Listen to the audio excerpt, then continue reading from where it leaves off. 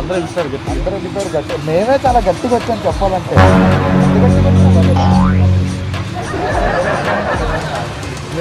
రెండు లారీల మధ్య ఇంకో లారీ రాలేకుంటుంది.